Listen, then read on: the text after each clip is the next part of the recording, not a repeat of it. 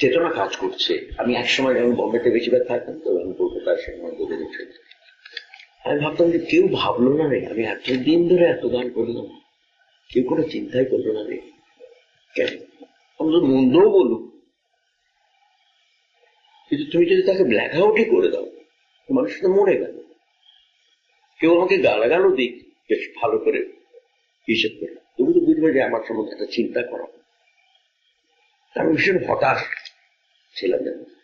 তারপর তোমাদের মতো কয়েকজন ছেলের সঙ্গে, দেবাসের সঙ্গে, তোমার সঙ্গে সব আলোচনা করে আমি অন্তত নতুন করে ভাবতে শুরু করেছি যে নতুন ছেলেরা জন্মাচ্ছে, এগিয়ে নিয়ে এটা হতে পারে না, ইতিহাসে হতে পারে চিরকালের জন্য হারিয়ে ফেলে। কাজে আমি প্রচন্ড আশাবাদী সে সময়। আমি যদি খানিকটা লাঙল কোপানোর কাজও করে থাকি, জমি চাষের কাজও করে থাকি, ফসল ফলানোর লোক তো নিশ্চয়ই আসবে, আসতে পারবে নিশ্চয়ই। সুনীলদা, আপনার সৃষ্টি পরিক্রমায় আপনি কি বিভিন্ন পর্ব বা অধ্যায় আলাদা করে দেখানোর পক্ষপাতী? মানে বুঝুন, বলেন। আপনার যে সৃষ্টি পরিক্রমাটা, এটাকে কি আপনি বিভিন্ন পর্বে বা অধ্যায় আলাদা আলাদা ভাগ করে দেখানোর পক্ষপাতী? অথবা আপনার কি কখনো মনে হয়েছে যে একটা বিশেষ, মনে করুন গায়ের বধূ রানার সেই মেয়ে, এই জামালো ধান ইত্যাদির পর আপনি যেন একটা নতুন অধ্যায়ে চলে গেলেন কোনো গান দিয়ে, হয়তো প্রাণধরের এই গান আমার থেকে সেটা শুরু হলো, বা যারে উড়ে যারে পাখি। বলছিলাম যে আপনার সৃষ্টি পরিক্রমাকে কি আপনি বিভিন্ন পর্বে বা সেটা করতে পারলে ভালো হতো। তার ভিত্তি কি হতো? আসল কথা কি জানো, আমি বেশি কুড়ে রবীন্দ্রনাথ যেমন সঞ্চয়িতা করার সময় ওর কোন কোন কবিতা অপাঙ্ক্তেয়, যেগুলো কবিতা হিসেবে, যেগুলো উনি বলতেন যে আমার এগুলো হাতে মক্স করার কাজ, যেগুলোর সাহিত্য হিসেবে পেতে থাকার কোন অধিকার নেই, সেগুলো নির্দয় ভাবে উনি বিসর্জন দিতে চেয়েছিলেন। অথচ যারা ওর সংকলন তৈরি করেছে তারা বলছেন এগুলোর ঐতিহাসিক মূল্য আছে, সেই হিসেবে রাখতে, but he drastically refused to include those songs. এবং উনি নিজে ভার নিয়েছিলেন, it will be ideal if I could do that. আমার অতটা গুরুদেবের মতো অত ধৈর্য আমার নেই, অত ক্ষমতা। কাজেই ওগুলোর সম্বন্ধে ভুল হয়তো হবে, তাহলেও সেটা তোমরা বিচার করবে কোনটা কোন যুগ হিসেবে ধারাবাহিকতায় নিয়ে আসবো। তোমরা করো, তারপরে যদি আমাকে জিজ্ঞেস করে চলে যেটা ঠিক হয়েছে, তাহলে আমি বোধহয় আমার খাটুনিটা কমবে, তো তবে আমি আমার মত প্রকাশ করতে পারবো। কিন্তু গোড়া থেকে আমি আমার নিজের পরিচালনা করে ধারাবাহিক করবো, ও আমার সে সময়ও আপনার হচ্ছে না, সময় হচ্ছে না। কিন্তু সলিলদা, আমার প্রশ্নটা হচ্ছে, আমি এটা মানলাম আপনি যা বললেন, প্রশ্ন হচ্ছে, মনে করা যাক আমরা কয়েকজন মিলে আপনাকে নিয়ে ঠিক করলাম যে হ্যাঁ, আমরা এবার আপনার কাজ পর্যায়ে ভাগ করা যায় কিনা তা দেখার জন্য কাজ করব। আপনি এবার তাহলে তার ভিত্তি হিসেবে কি কি জিনিস প্রস্তাব করবেন, যে কোন কোন ভিত্তিতে বা কিসের ভিত্তিতে আমরা পর্যায়ে ভাগ করতে পারি আপনার গানকে? আমি তো খুব বেশি গান লিখিনি, হাজার হাজার গান তো আমি, আমার গানের রচনা খুবই কম।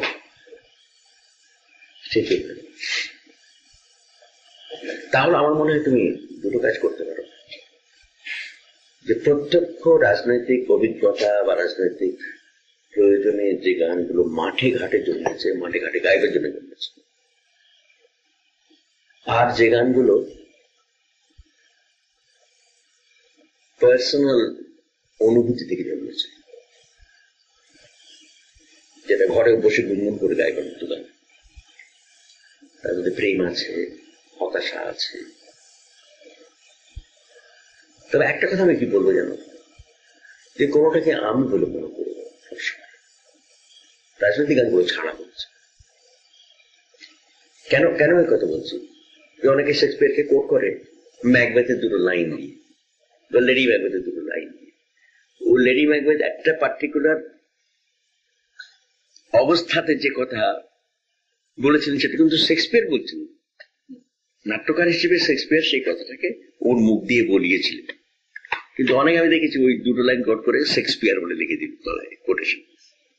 It's not true.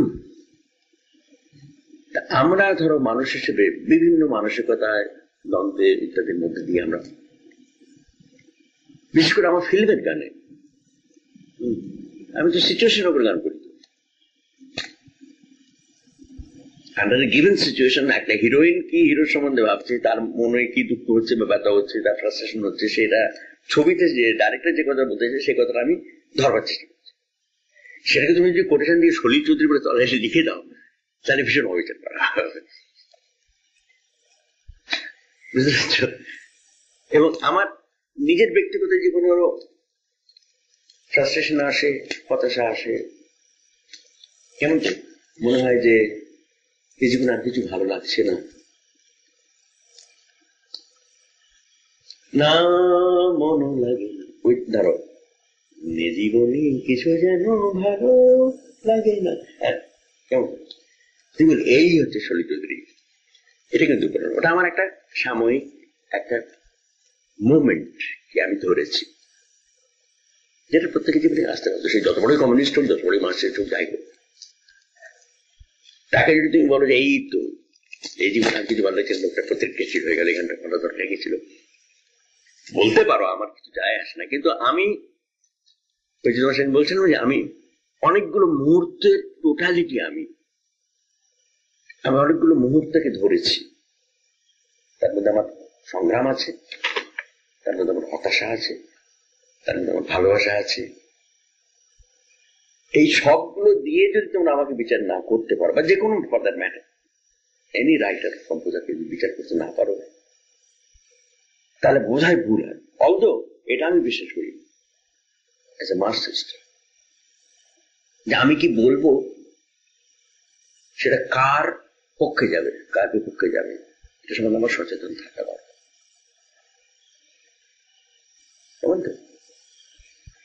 কিন্তু আমরা যে সমাজ ব্যবস্থায় বাস করি, যে পারিপার্শ্বিক নিয়ে আমরা থাকি, যেমন ধরো আজকে ধরো ব্যক্তিগত কথা না বলি, ধরো তোমার জীবনে আজকে এমন একটা ঘটনা করে যেখানে তোমার যে অভিব্যক্তিগুলো আমি পেলাম, তুমি যেসব কথাগুলো বললে, এখন তোমাকে যদি এই কথাগুলো এটা প্রোগ্রেসিভ হচ্ছে কি রিয়াকশন হচ্ছে এই কথা ভেবে বলতে হতো,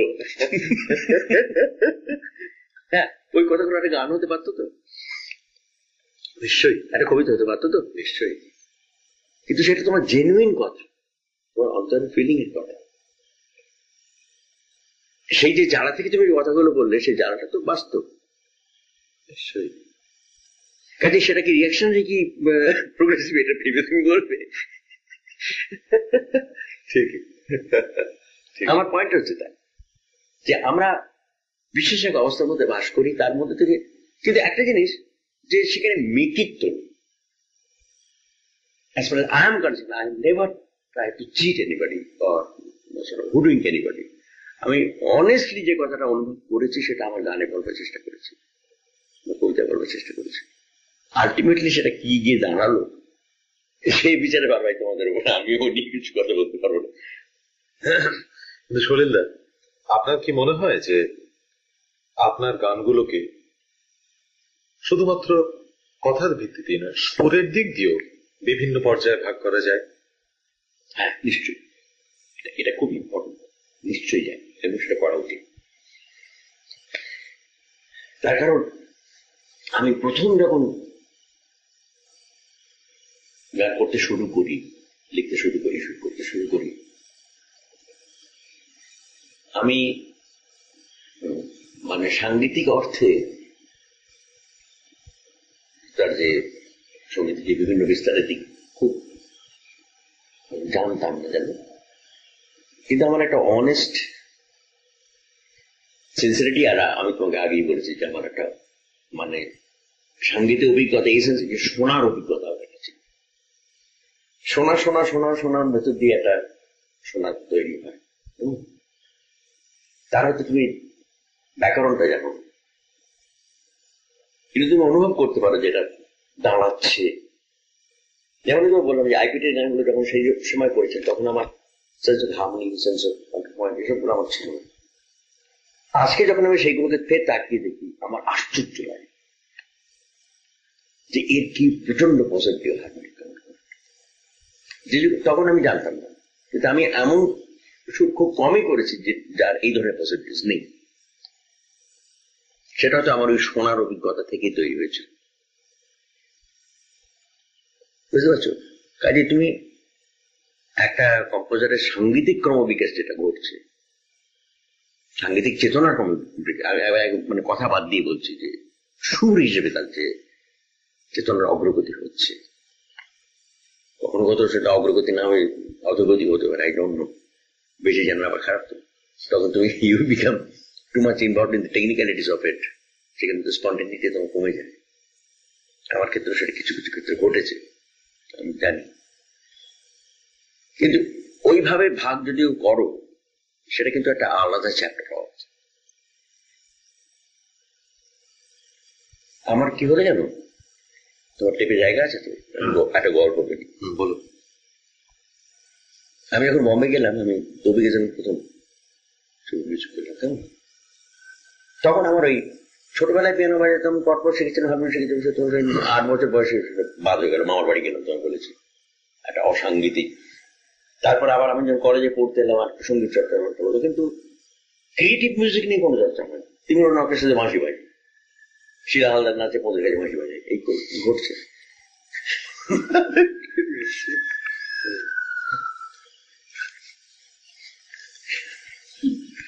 তার ফলে ওই যে শিক্ষার দিকটা সেটা ঘটেনি। সেই অবস্থাতেই ধরো একটা আর একটু পরের যুগে আমি বম্বে চলে গেলাম। আমি বম্বে গেলাম তো অর্কেস্ট্রা করার ব্যাপারে বম্বেতে এখনো ট্র্যাডিশন আছে অ্যারেঞ্জার কি, যে লোকটা অর্কেস্ট্রা করছে, অ্যারেঞ্জ করতে পারে, কর্ড করতে পারে, হারমোনি করতে পারে, ইত্যাদি করে একটা অর্কেস্ট্রাকে রূপ দেয়। অ্যান্থনি গনসালভিস বলে একজন আমার অ্যারেঞ্জার, খুব ব্রিলিয়েন্ট ছেলে, গোয়ান, অসম্ভব ভালো ভায়োলিন বাজায়, পিয়ানোয় কর সম্বন্ধে অসম্ভব ভালো ধারণা।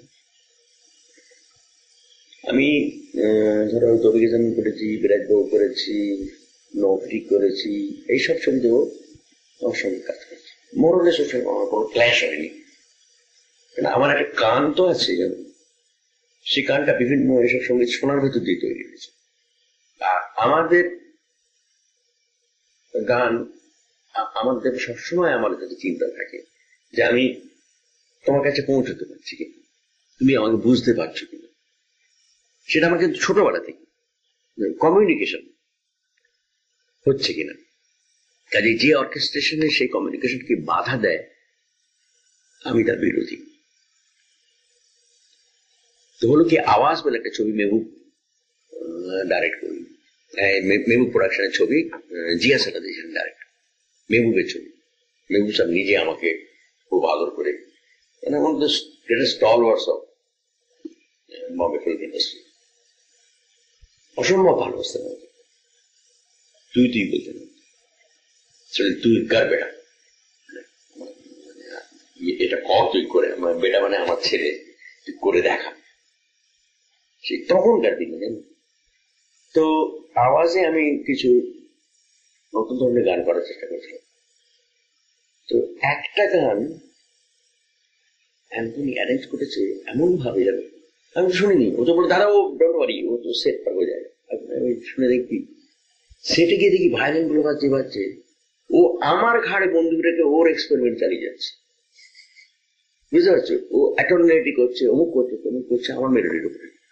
হরিবল লাগছে শুনতে। Well, Anthony, what have you done? It doesn't sound like anything as accompanying my music. তো ওখানে আরো ভায়োলিন ছিল, ডোরারা বলে খুব নাম করা ভায়োলিন, ওরা একটা গ্রুপ ছিল আর কি, তারা হাসাহাসি করতে। I was feeling like মানে বিশেষ করে আমি মানে was feeling like a doormat. মানে আমি শুনতে পাচ্ছি ওরা বারবার these fellows are music directors, what they understand about orchestration. বুঝতে পেরেছি?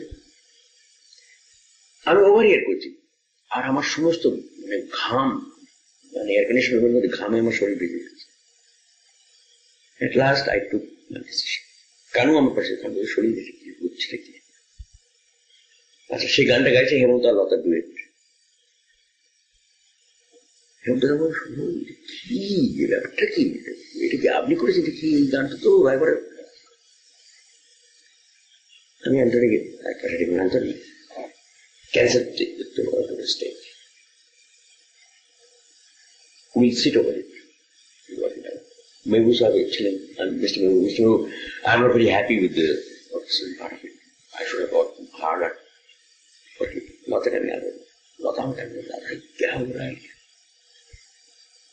দেখো এসব এবং হলো কি যেন প্রায় 20 জন টপ মিউজিশিয়ান অফ বম্বে যারা অ্যান্টনির গ্রুপে কাজ করতো তারা আমায় বল করতো, because I cancel that. They refused to play for me further. That very day, I'm Anthony, goodbye. If I can do it myself, I'll do something. Forget it. You do your experimentations on somebody else, not on me. এবং সেই দিন তুমি বিশেষ করো, ইট ওয়াজ এ blessing in disguise. আমি তখন আন্ধেরিতে থাকি, সবেই বম্বেতে গেছি, বছর 2-3 হয়েছে। I had a piano and I went to a music shop, LM Putalo. মানে আমি প্রায় 1000 টাকার বই কিনি, মানে on harmony, on counter point, basic principles of composition ইত্যাদি, যত আর নোটেশনের বই, যত নোটেশন আমি ছোটবেলায় শিখেছিলাম। আমার একটা সুবিধা ছিল, আই কুড রিড মিউজিক। ও আচ্ছা, এটা আপনি ছোটবেলাতেই একদম ছোটবেলায় পিয়ানো শিখেছিলাম। বড় মানে বিলিতি নোটেশন, হ্যাঁ বিলিতি নোটেশন, ওটা ছোটবেলায় শিখেছিলাম, সেটা আমি ভুলিনি নাকি এনিওয়ে। এবং তারপর আমি 16 ঘন্টা থেকে 18 ঘন্টা আমি পিয়ানো, আমি মানে সমস্ত কাজ করে ছেড়ে দিই। I had enough money that time, enough money মানে to sustain me. 16 to 18 hours a day আমি পিয়ানো প্র্যাকটিস করতাম, আর ওই সমস্ত বই পড়তে আরম্ভ করলাম। 2 বছর, তার মধ্যে ছোট ছোট কাজ করেছি। 2 years। আজকের আমার কাছে ধরো টপ মোস্ট অ্যারেঞ্জার্স, সেবাস্টিয়ান বলো, অমুক বলো, তমুক বলো, যারা কোনো কর্ডে কোনো একটা পার্টিকুলার নোট থেকে পার্টিকুলার নোট হয়েছে, দাদা what can be this chord, ওরা আমার কাছে জানতে আসে। Then I started arranging for myself. এই শিকার আমার হওয়া দরকার ছিল, জানো, it was very much needed. কাজে একটা প্রচন্ড হিউমিলিয়েশনের মধ্যে দিয়ে মানুষ একটা বড় কাজও করে ফেলে, তাই না? এবং আমার ক্ষেত্রে সেটা ঘটেছিল। তারপরে অ্যান্টনি এখন আমেরিকাতে থাকে, কোথায় থাকে আমি জানি না, ও বোধ হয় বস্টন ফিলহারমনিকে বাজায় বোধ হয়। Fantastic violinist. I heard that he is playing in Boston philharmonic. অসাধারণ, যোগাযোগ হয়নি। He composed symphony also on Indian raga. এখানে বোধ হয় তার প্রিমিয়ারও কোথাও হয়েছিল বছর 5-6 আগে, আমাকে পাঠিয়েছিল। তারপর থেকে অ্যান্টনির শ্রদ্ধা আমার উপর চেপেটেছিল। আমেরিকা থেকে যখন first thing he makes it a point to see me. কিন্তু সলিল, তাহলে আপনি কি মনে করেন যে এইগুলো, অর্থাৎ এই যে মনে করুন আপনি অর্কেস্ট্রেশন অ্যারেঞ্জমেন্ট আপনি একসময় জানতেন না, অথবা জানলেও সেটা তেমন ভাবে জানতেন না, তারপর আপনি নিজে ঠেকায় পড়ে নিজের চেষ্টায় নিজের চাড়ে আপনি সেটা শিখে নিলেন, এবং এইগুলো সবই আপনার গানের যে আপনার সঙ্গীত পরিক্রমার যে পর্যায় ভাগে এইগুলোর এক একটা মাইলস্টোন হতে পারে, যে এক সময় আপনি আপনার অর্কেস্ট্রেশন অর্থাৎ অর্কেস্ট্রা ওলা গান, অর্থাৎ যেখানে আপনি সচেতন ভাবে অর্কেস্ট্রা কম্পোজ করেছেন, এবং যে তার আগের যুগ যে সময় আপনি সচেতন ভাবে ওইভাবে অর্কেস্ট্রা করেননি। একটা কথা বলবো, আমি যখন রানার শুট করেছি, পার্টি যখন শুট করেছি, তখন আমি অত ভালো জানতাম না। রানারে কিন্তু 4 বার সাবল হচ্ছে, নোটস খরচ পরিবর্তন করছেন। হ্যাঁ, আমরা বলি টনিক চেঞ্জ। এবং তুমি বিশেষ করে আমাকে একজন ওয়েস্টার্ন কম্পোজার রানার গানটা শুনে আমাকে বলছেন যে it sounds like a symphony. How come you made it? বুঝতে পেরেছ? এবং আজকের আমি বিশ্বাস করি যে হি ওয়াজ রাইট। আমি শুধু রানারের যে প্রোগ্রেশন এর উপর দিয়ে আমি যেটা সিম্ফনি বানাই, অ্যাটলিস্ট 3 মুভমেন্টস ওর মধ্যে আমি তৈরি করতে পারবো। 2টো মুভমেন্ট তো খুব ক্লিয়ার, যেটা গানেতেই আছে, জানা যায় সেকেন্ড মুভমেন্টে আসছে। কিন্তু ফার্স্ট যে ওই ফ্রেজে আসার আগে যে 2টো বাবা আছে, জরদে তারার চোখ কাঁপে মিটি মিটি, এখানে একটা সেকেন্ড মুভমেন্ট শুরু হচ্ছে।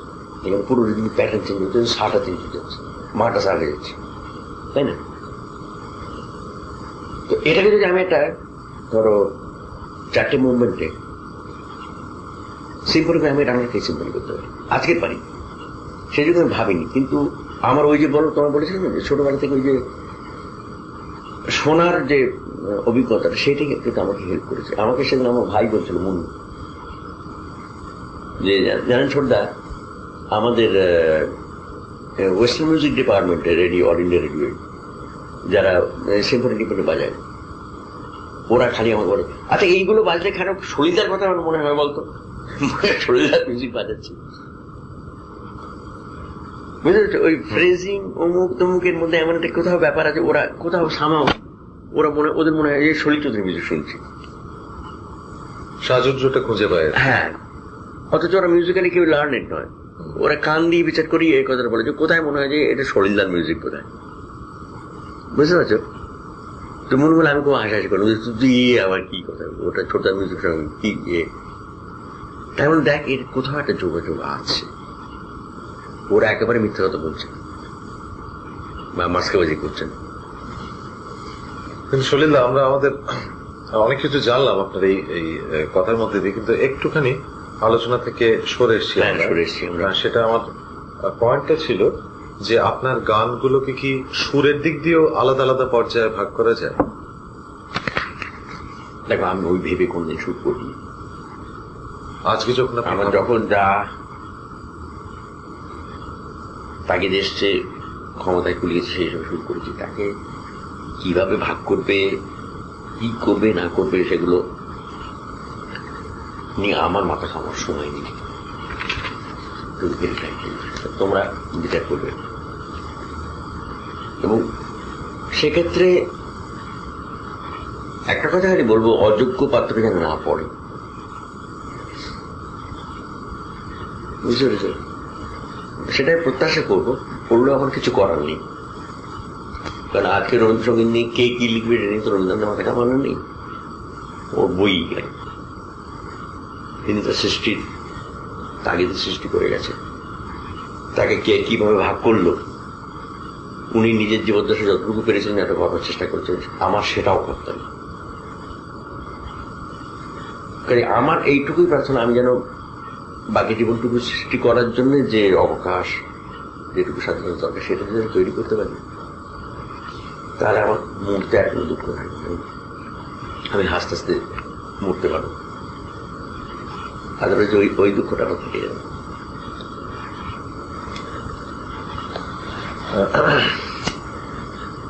সলিলদা, ব্যবসার খাতিরেই হোক বা অন্য যে কারণেই হোক, কিছু অসার গানও আপনি বিলক্ষণ বেঁধেছেন। কোন শিল্পীরই সব কাজ সমান উতরোয় না। আবার ধনতান্ত্রিক সমাজ ব্যবস্থায় অনেক সময় শিল্পী সাহিত্যিকদের নিজের রুজি রোজগারের খাতিরে কিছু আপোষ করতে হয়। আমার ধারণা আপনিও আপোষ করেছেন। এইসব আপোষ ধর্মী গানগুলোকে বা ফরমাইশি গানগুলোকে আপনার সার্থক সৃষ্টিগুলির থেকে আলাদা করে দেখানোর প্রয়োজনীয়তা আপনি অনুভব করেন কি? উদাহরণ দাও। অসার গানগুলি, অসার গান মনে করুন বম্বের ফিল্মের জন্য আপনি গান যে করছেন, সেই গানে 1 মিনিট দেখি এটা আছে কিনা, ঠিক অনেকটা আছে। অসার এই অর্থে বলছি যে আপনি যে চেতনা, যে সাংগীতিক সামাজিক চেতনা থেকে, যে সামাজিক বক্তব্যের সার আপনার উদাহরণ আমাদের ইউ সাইট নিয়ে এই গানটা এই গানটা এই গানটা অসাধ ও নাম করে বলো। মনে করুন আমার চিন্তায়, এটা আপনি আমার সঙ্গে একমত নাও হতে পারেন অবশ্যই,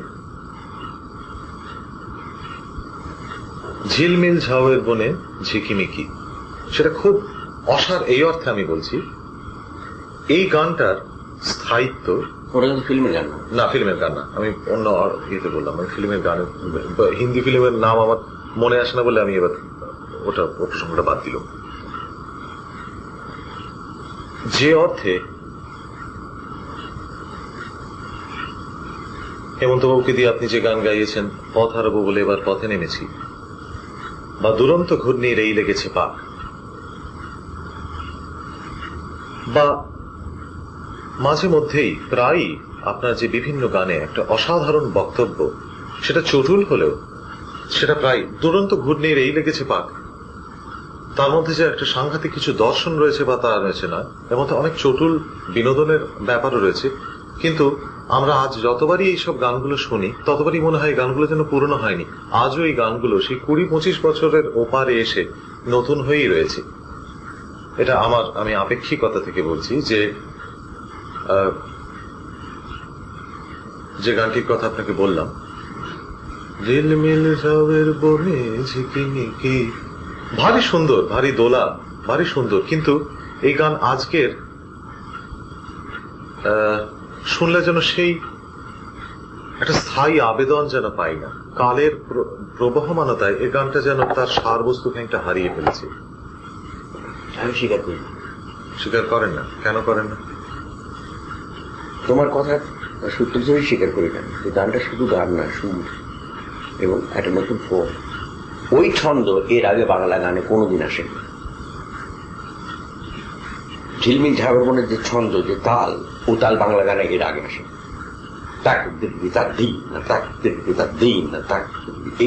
এটা বাংলায়, এটা মারাঠি ছন্দ থেকে নেব, যে জন্য আজকেও লোকে ওই গানটাকে মনে রাখে। এবং সেখানে তুমি যেটা বলছিলে যে সঙ্গীতের কথা ছাড়াও সুরও একটা ফর্ম হতে পারে, সুরও একটা কন্টেন্ট হতে পারে।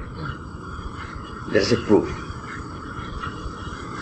আহা আহা আহা আহা আহা আহা, এই যে ক্রোম্যাটিকে যাওয়া এবং ওই যে ছন্দের মধ্যে যাওয়া, আমি মনে করি it is one of my finest compositions. Forget the words. কথাটা কি? কথাটা খুব অশ্লীল কথা তো না। ঝিলমিল ঝাউয়ের বনে ঝিকিমিকি, তাই ফাঁক দিয়ে যে চাঁদ মানেও কি, ও চাঁদ বরণ